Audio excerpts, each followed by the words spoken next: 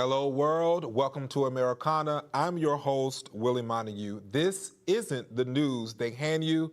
This is the story behind the headlines, the truth they bury. If you're tired of the ordinary spin and ready for real, you are most definitely in the right place. Stay tuned. This is Americana.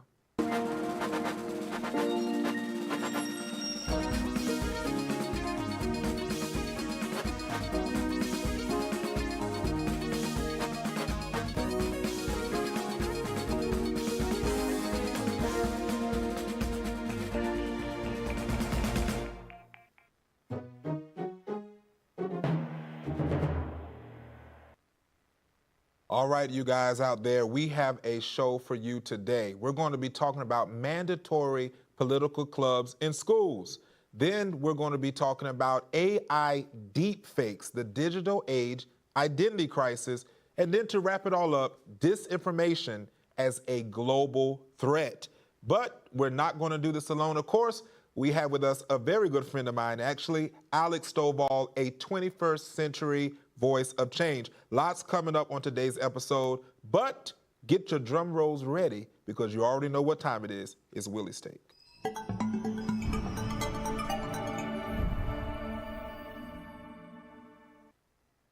All right, you guys, it's time for the rant, the Willie Take. One click, one swipe, one headline, that's all it takes to spark a crisis, to go viral. AI's rewriting scripts, crypto's crashing dreams, heat waves are frying Europe, and we're still scrolling. A sniper hits ICE in Dallas, a teacher's assistant wrecks a school, a bear hunt in Florida gets 139,000 signups, and we're still scrolling. The world is a tinderbox, and we're the spark. One choice, one move, one click, that's all it takes to set it off. And speaking about setting it off, I want to introduce to you all Alex Stovall, who is a U.S. Congressional candidate all the way from Arizona, 5th District, veteran and minister. Yes. So we're getting ready to get into the conversation about mandatory political clubs. But let's welcome Alex to Americana. Hey, Willie, thanks so much for having me. Thank you guys for having me. Truly an honor and a privilege. Thank you. All right, let's get into it. Now, for those that don't know, Alex and I go way back, so this is going to be a great conversation. So we're going to have this conversation. In Oklahoma, every high school is now mandated to host a Turning Point USA chapter. I don't know if you know that, Alex. And so let's have that conversation. Of course, we know that Turning Point USA, for those that don't know, is an organization that Charlie Kirk, who was assassinated, basically been about 2 weeks now, assassinated, and now they are making it a mandatory civic club inside of the schools. What do you think about this being mandatory when we talk about civics in public schools? Anytime I hear something that's mandatory, I get a little bit antsy and a little bit concerned. I wish they would make it mandatory to do financial literacy in some of the schools. That would be something I'd be full in support of. I think I'm concerned about it because this is America. This is the nation of freedom. This is the nation where people, well, one would say this is a nation where people are able to express all ideas, all views, all perspectives, and you kind of mesh it all together. And that's the beauty of Arizona and America as a whole. Now let's tie it in. Now we know we have a lot of radical left agendas out there. So what they're saying this is to combat the radical left's agenda. But is this being mandatory? Is this a way of a school violating a student's free will because now it's mandatory, even though it may be coming against the radical left woke stuff? You know, is what's happening? Is it taking away the free will of the student? I think we've got to be careful with that. I think, to your point, taking away the free will of students, people in general, mandating that we do anything. Anytime I hear mandate, again, going back to 2020 when they mandated vaccinations and mandated that, any other issue I can possibly think of during COVID, and we can go on and on and on back through history, when they mandate things, the concerns and the burning dumpster fire that usually unravels itself from mandating American people to do anything, and American people's children more specifically. So I'm alarmed and I'm concerned about it. I did know Charlie. We spoke, we had conversations, but again, I'm concerned because we've come where it's a far cry from freedom to say that we're now mandating American people's children to do any type of curriculum. And that's Again, I'm a huge important. proponent. That's important to know because I want to stay on that part where you talk about mandating because we were just having the conversation about free speech. We see what Pam Bondi stated, I believe it was last week when she was stating about hate speech, and you know that's been a big conservative thing. There's no such thing as hate speech. And so when we talk about that, just dive into that because you are a big proponent for making sure that youth of today has a voice, especially in the civic engagement. When do we cross the line as trying to just, are we end up going to look like the left if we don't be careful? Yeah, it's a pot calling the kettle black if we're not careful. Just to your point, I think we've got to be extremely careful with mandating any type of regulation, any type of school curriculum, any type of rules or laws over the American people. While I am in favor of increasing conservative values inside of the schools in our communities, I do not say that we should be mandating anybody to do any type of curriculum unless it's financial literacy. So, So right now where we are, what should we be giving to our youth of today? Because they're fed so much crap. So what should we be wanting our youth? You mentioned financial literacy, but what are some other things that we need to be looking out for? Because people, the radical left can basically say now we're indoctrinating the youth because we're shoving down a Turning Point USA chapter versus when they want to put things. So what should we be teaching them? yeah, so I think, like to your point, financial literacy is a great foundation. One of the pillars, I would also say, the Constitution, helping people understand that the Constitution was designed to help American people be left alone. The Constitution is a document of booby traps for individuals that think they can exercise and oppress the American people. So, in, uh, enforcing the Constitution, financial literacy, Christian values, what the nation was founded on, and reading, writing, and arithmetic. That's the only thing that I think we should be mandating in public schools at this point. You know, an attorney, a friend of mine, mentioned this one time and said that the Constitution should not be rewritten, but it should be reread.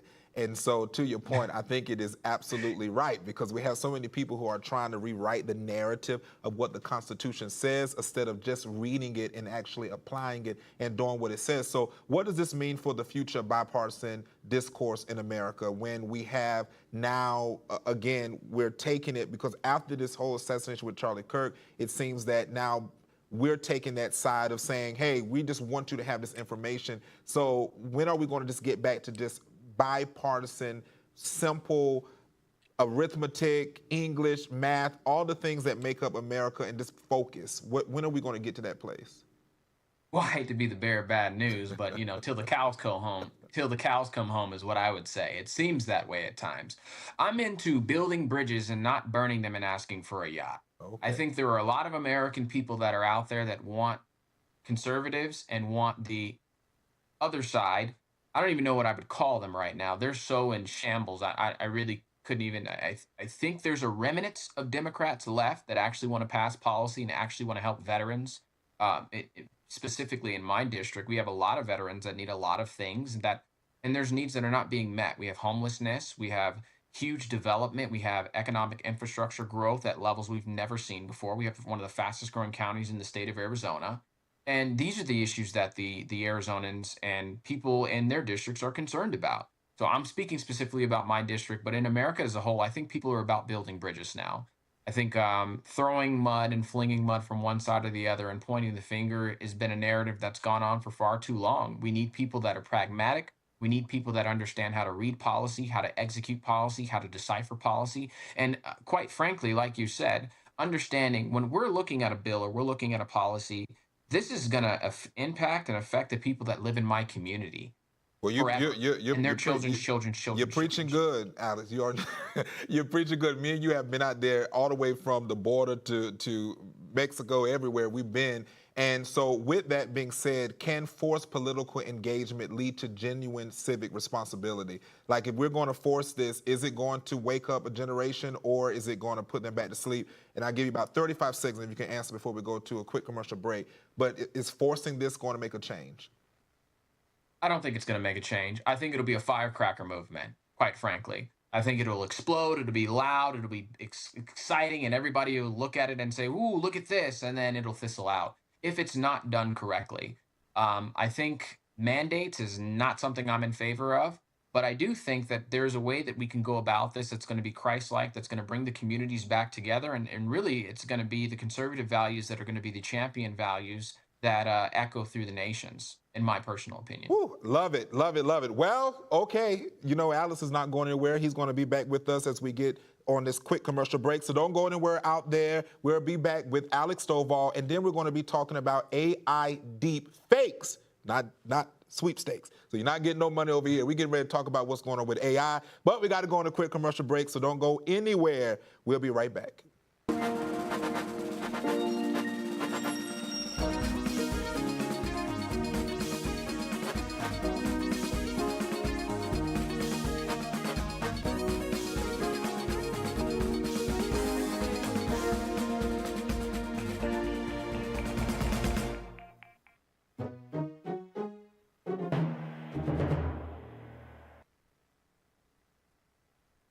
Hello, social media family. Thanks for staying with us during this commercial break. Don't forget to follow us on all of our platforms. And remember, you can catch us Monday through Friday at 6:30 p.m. sharp, only on Comcast Xfinity, channel 1623. And of course, I have a question for you on this Good Thursday. How much involvement should our youth have in civics?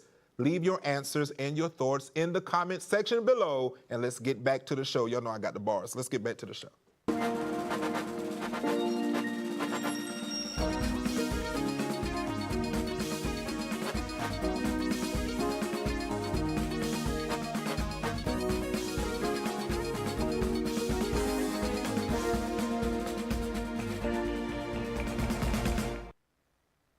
Americana, you know who this is.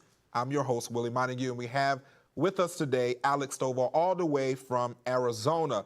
Let's talk about the AI Deepfake. A viral video demonstrates Face Swap AI, an app that can alter appearances in real time during FaceTime calls. Alex, what in the world is going on? The FBI is warning that 30% rise in AI-related fraud is going to take place by the end of 2025 with a $10 billion issue. What are we going to do? Now, you are a person who is a vet, so you've probably seen some things. What are we going to do in society when we have AI that is now able to swap faces and fraud is going to be risen by the end of 2025? What do you think about this? Well, for starters, I would say get a screen protector and get a camera protector as well.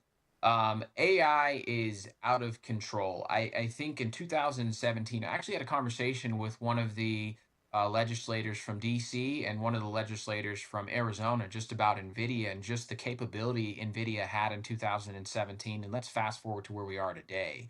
If we knew what we knew, back then, where would we be now? Is the ongoing theme that I've heard in DC and I've heard in the state of Arizona. The problem with AI is there's not any checks and balances, and I think this is what Congress and this is what state legislators are trying to get their hands on. We've got to create a system and some sort of boundaries for AI. I'm in favor of it integrating into Amazon and delivering packages and maybe watering my garden, but to swipe and take my information in seconds is asinine to me. The Now, fact that this is even that's a good happening in the thing. nation. Pause right there, what you just said about that. I like the whole part about water your garden, but let's get back to what Congress, because this is where the issue is, because Congress right now is like they're fighting like kids, cats and dogs. And so how can individuals, because right now legislators may not be doing anything real time anytime soon, so how can individuals protect themselves against all of these AI-driven scams that are coming? I believe that some of that is even driven with the text messages I've been getting lately too. So how can individuals protect? I know you see screen protectors and stuff, but what are some other things that we need to look out for, can protect ourselves? Because AI is not going anywhere, so how do we protect ourselves? Well, AI is imperfect, right? It's going to make mistakes. Pay attention. I mean, pay attention. I can't emphasize that enough. Pay attention to what you're reading. Pay attention to what you're clicking on. Phishing is not something that is unfamiliar to the American people. The email that says, "Hey, I need you to send me $5,000 in exchange. I'll give you $1 million and route it to this Yeah. accounting number or my PayPal account," things of that nature. So understanding that these things are around, they're getting smarter, they're getting way more precise, and it's becoming more dangerous because now they're targeting, your kids. You give your kid your cell phone, they go and play video games, and then before you know it, your credit card gets charged $5,000 and you have no idea what happened. Now pause So on I that think it's on the video important. game part. Sorry, but pause on that video because people don't realize that even with that, there's a lot of stuff with human trafficking. But we'll get to that. But I want to ask because you're going to Congress. So when you get to Congress, do you believe there should be stricter regulations on AI technology to prevent misuse? And if so, what type of bill on a federal level can help safeguard these things? I would say a bill that we could potentially propose is something like the Adobe, for example, has a security code that gets sent to your email, sent to your cell phone, things of that nature. Those are all codes that are unique to the user.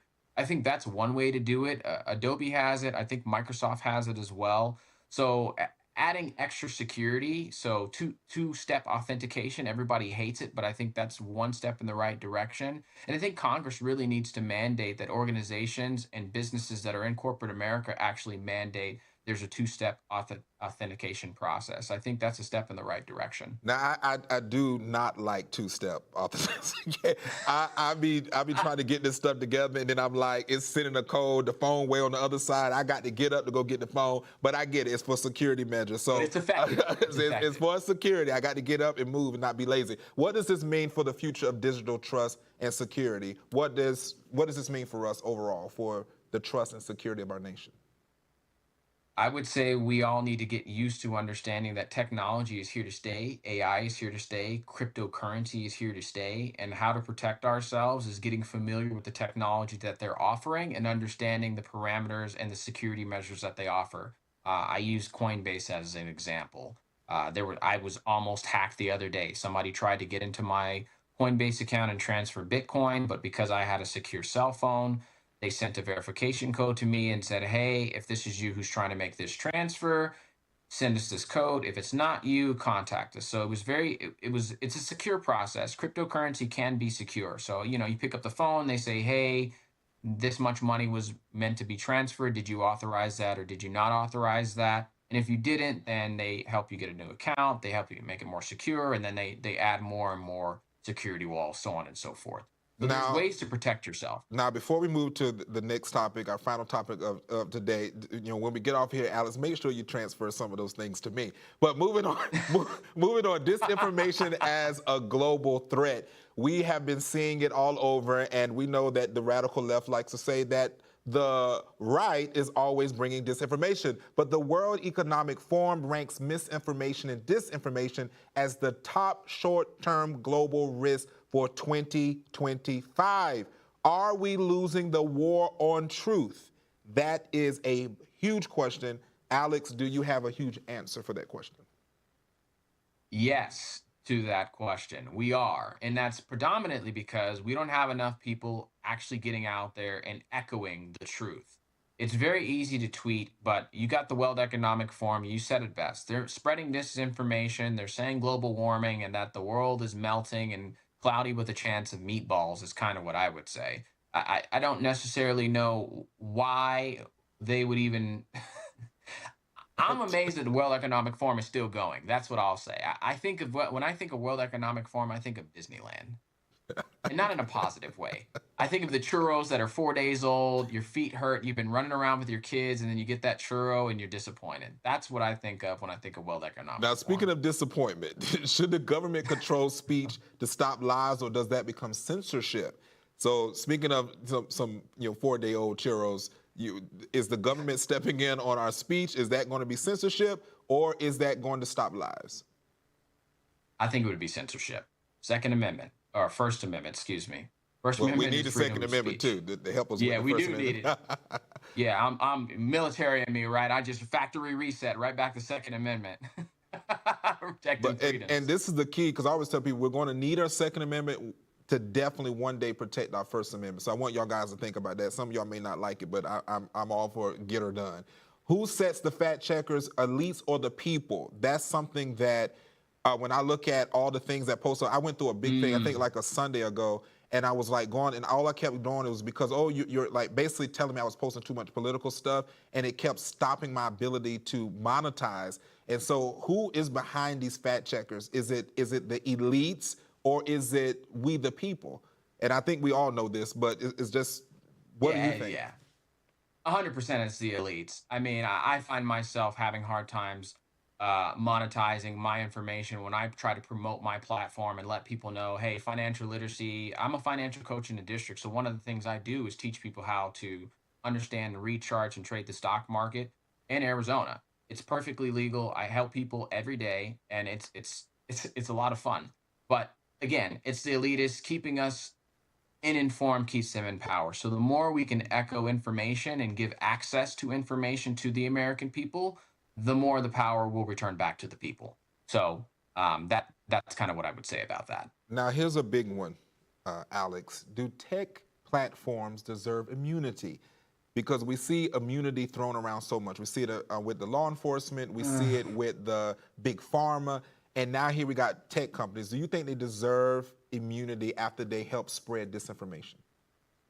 You talking about technology companies that are spreading disinformation? Yeah, big. We got Meta and all this because they help to promote these narratives. Oh, 100%. No, they need to be held accountable. This is the midterms or the midterms of accountability, in my personal opinion. For far too long, we've let people get over and get around, and even you see Zuckerberg today. Now, over the last few months, he's leaned more conservative, and now the platform is different, and he's changed things about the platform, and that's all because he understands that the American people are now holding everybody accountable. And the more people that are aware and watch shows like this, that are paying attention to people that are talking about what accountability looks like and how to get information and access to information, I think America is going to be in a better place than we are today. You're right. And, we're getting ready to wrap up here, but literally in 2020, we saw that. Like, they were literally stripping the ability for us to speak about what could really shape and shift the election. And that's why I believe it was stolen. Y'all can write me off for that anyway.